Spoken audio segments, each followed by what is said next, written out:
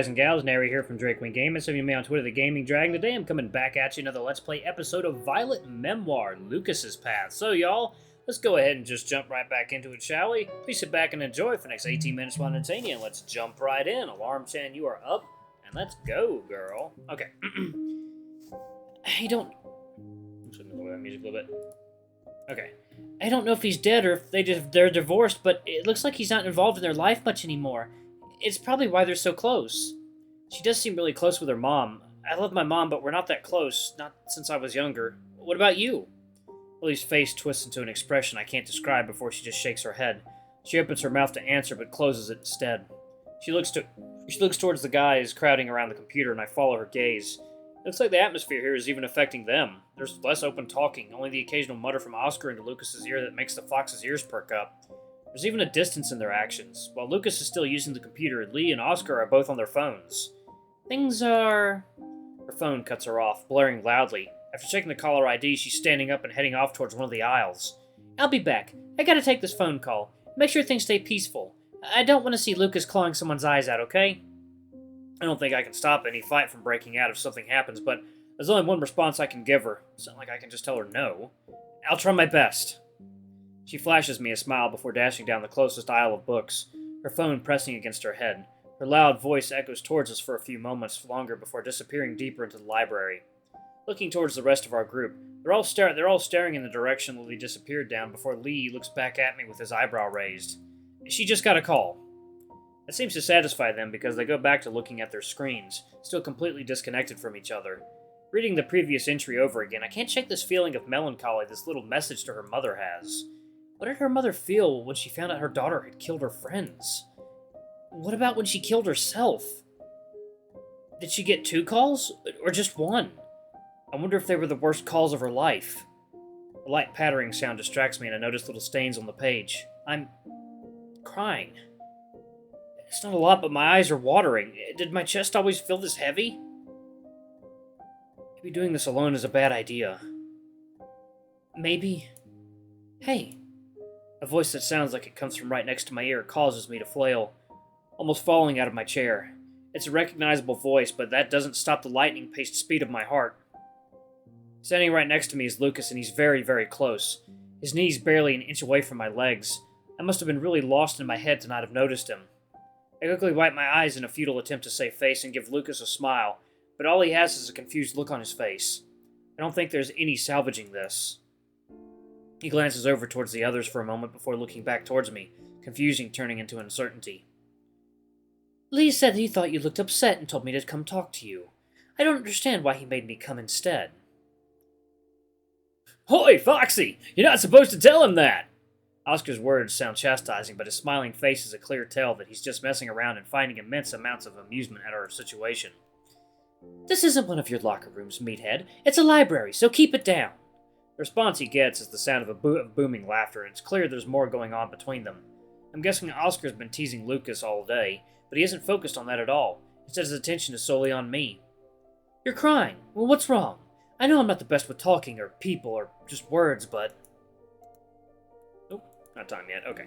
Lucas clenches his eyes closed as he struggles to find the correct words. His ears are flicking in a manic frenzy, and his fingers twitch with anticipation. He looks antsy, like he's trying to race to finish whatever sentence he started without knowing what he was going to say. But I want to help if I can. So, what's wrong? An uncertainty still lingers on his face, and there's something else mixing in there as well. It's as if he's fighting with himself. This is clearly new territory for him, but under it all, I can tell he's trying because he wants to help. I think I just miss my parents. I should have been a better son. I don't really talk to them much anymore. Why don't you call them more then? That would solve the problem, wouldn't it? They must want to hear from you. That cuts deep, and I feel myself slumping further into the chair. I can't look at Lucas right now because he's right. It's all my fault that I'm feeling like this. So look at the diary. My gaze follows the jagged edges of the ripped page. The silence between us is heavy. The thought that even this girl, who committed such atrocious actions, managed to be closer to her mother than I am, is soul-crushing. Sorry. No, it's not... There's a warmth that envelops my hand and it takes my breath away, stealing my voice from my throat. I don't even need to look down to know it's Lucas's. I felt his hands against mine enough by now to to recognize them just by touch, and that causes the storm inside my head to dwindle, even if it causes a new one in my stomach. His fur is soft, almost unnaturally so, and his grip is a little too tight, but that's fine because right now, security is comforting. Lucas says he's bad at comforting people, but right now, being himself is enough. I'm going to be honest. I don't really understand what you're going through, but I know I love my parents more than anything else. You said you call them every night. Yeah, I do. Since I got homeschooled instead of going to high school, I didn't have any friends, so I got really close to my parents. You've got friends now. We're all your friends. His eyebrows furrow at that, and his eyes dart away, looking at a book that's jutting out of its shelf. I can feel his hand trembling in my own. I don't know about that. Are we? I don't really feel like I fit here. Of course we are. I know I consider you a friend, and I'm certain the others do too. It's fresh, but we're definitely friends. He smiles at that and gives my hand a soft squeeze. Out of the corner of my eye, I catch a sight of his tail thrashing about in excitement. Then I look up into his eyes, and my breath is taken away again. They're burning with so much emotion that I can feel myself getting swept up in the flames. And we just stare at each other because what else is there to say? He's looking at me with just as much mysticism as me, and I can't help but wonder what he's seeing in me.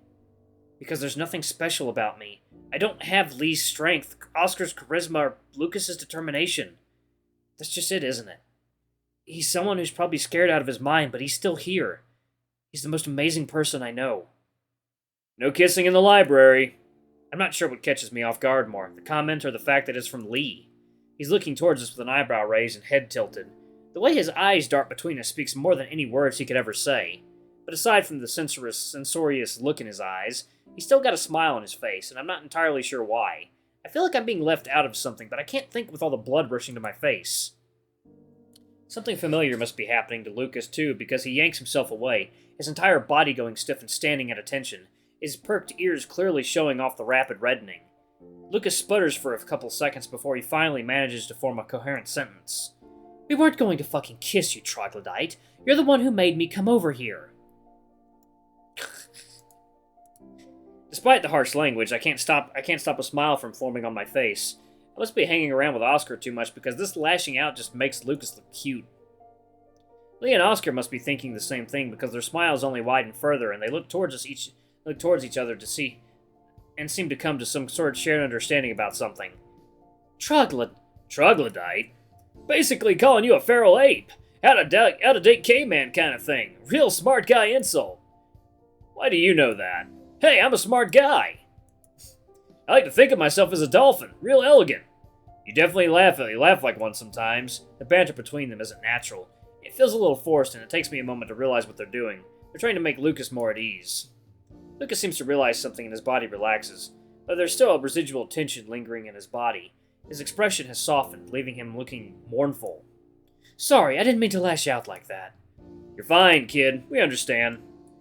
Yeah, it's real cute. You're like a puppy trying to gnaw on my toes. He looks only more confused at the whole interaction, so I reach out and take his hand, like he did to me just minutes earlier. As if everything else disappears, he looks immediately at me, and I can tell by his eyes that his focus is completely on me right now. It's a little intimidating how easily he's able to completely focus on one thing. They're saying that you don't hurt their feelings. I don't try to be mean. I just say stuff and it doesn't always come out right. It's okay. We're all friends here. You don't have to be scared of us. Let me take a last sip of my coffee, y'all.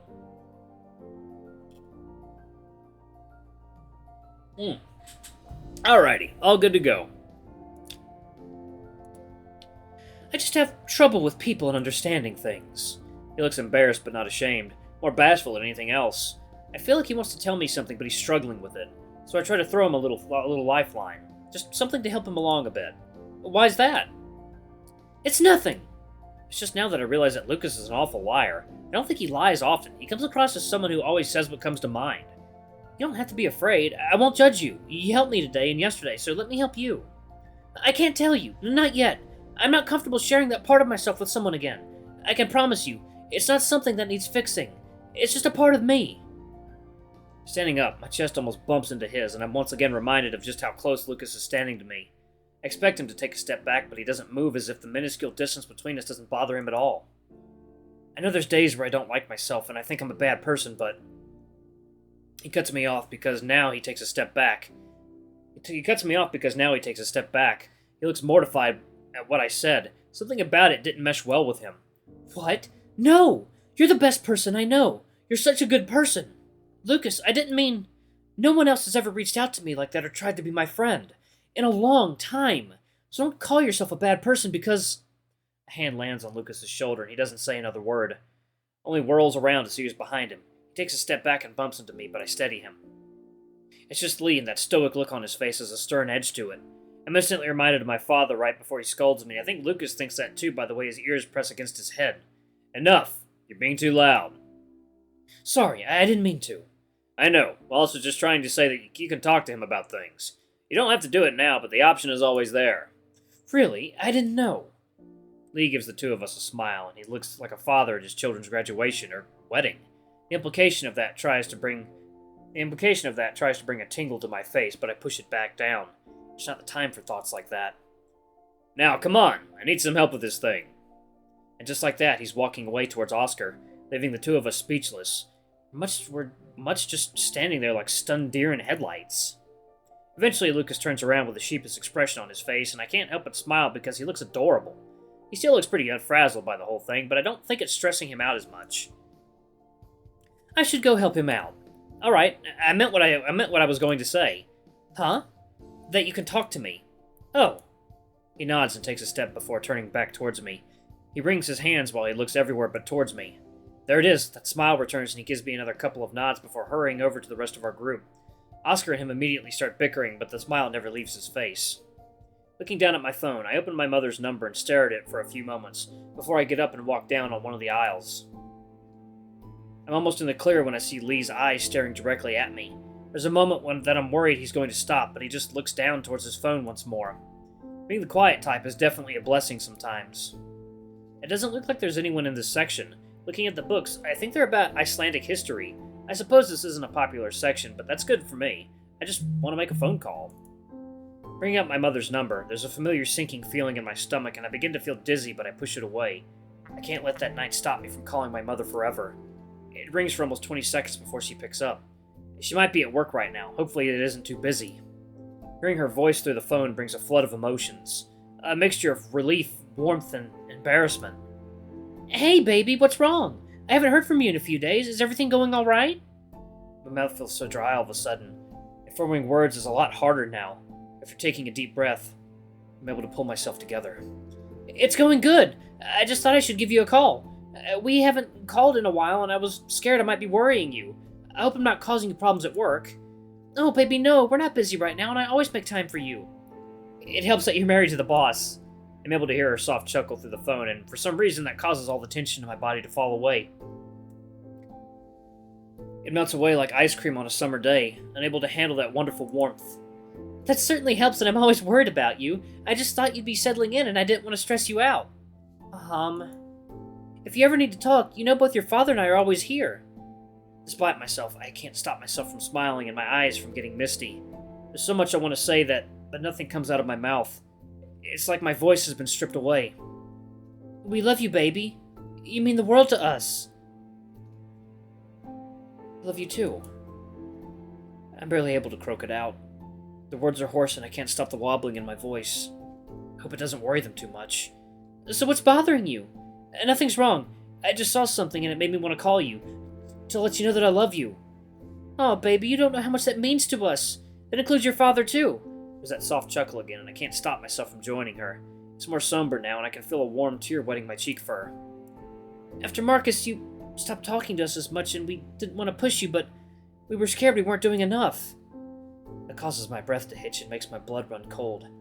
Surely they can't think that I blame them for what happened. No! You two were perfect. I needed time. I think I still need time. Of course. Take as long as you need, but don't be scared to call us if you need us, okay? I won't. I promise. That's my boy. Now, have you made any friends? Yeah, I have. Hanging up the phone, it's like a weight has been thrown off my chest and I can finally breathe for the first time in years. It's an amazement that I'm not heaving. It's just a simple phone call. Just a tiny chat between mother and son. But it felt like so much more than that. Like it had been the first time in a long time that we truly talked to each other. After all the hassle this diary has given me, I can't help but feel a little grateful for finding this little thing. I'm not sure I would have had the strength to call them otherwise. I wouldn't call it a blessing, but I am glad for it at this moment. It's strange just how relieved I'm feeling about the whole thing. It doesn't fix everything, but it does make me feel a whole lot better about it. I'm about to head back towards the group when I notice something outside the window, something very concerning. It's Lily. Except she's not looking like herself. She's still talking on the phone, but she seems upset. She's covering the phone like she's trying to hide what she's saying, and the fur under her eyes looks wet. I wouldn't say she's crying as much as her eyes are watering. There's a solemn aura around her, like this phone call is actively draining all her playful energy. It's so different from how she normally is that, for a moment, I think it might be someone else, but a Shiba Inu wearing a yellow cardigan is too recognizable. And just like that, she ends her call, wiping her red eyes with her free arm, and I can feel my chest tighten because there's somewhere there, a friend who needs my help. Bile rises up in my throat as the memory of that cold night on the beach floods through me.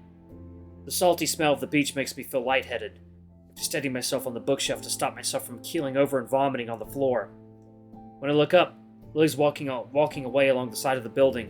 Her movements are stiff and she's still clutching her phone in her hand. She occasionally stops to take a deep breath and clean herself up. It's a sad, lonely sight. No matter what it takes, I won't let someone who needs my help go through things alone. Not again. Never again. With unsteady steps, my head spinning in a dizzying frenzy, I manage to get back to the others. By the time I arrive, I'm walking straight enough to hopefully not rouse any attention. Giving up any pretense of still working, the three of them are still sitting around the large desk. All of them look super relaxed, even if none of them are talking. If I wasn't so out of it, I think I'd be excited that everyone's getting along. Alright, y'all, I'm going to go ahead and pause it right here. It's kind of an emotional episode. Hopefully I captured that emotion well in my voice. Anyway, y'all, thank you all so much for watching. Don't forget to like, comment, subscribe, ring that notification bell, leave a super thanks, or tip if you can, it always helps. Until the next video, I love you all. I'll see you next time. Bye-bye!